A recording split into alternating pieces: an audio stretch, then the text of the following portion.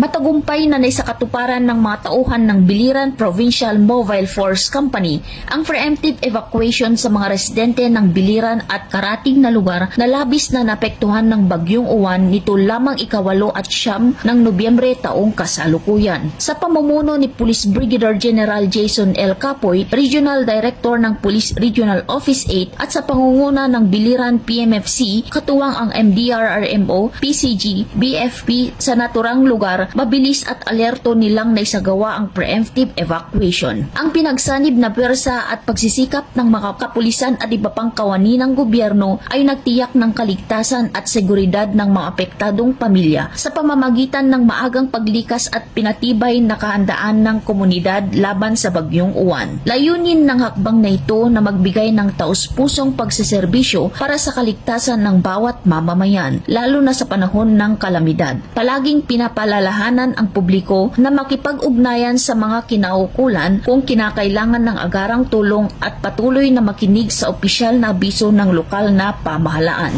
Mula dito sa Eastern Visayas, ako ang inyong PNN correspondent, Patrolwoman Palafox, alagad ng batas, tagataguyod ng Balitang Pulis.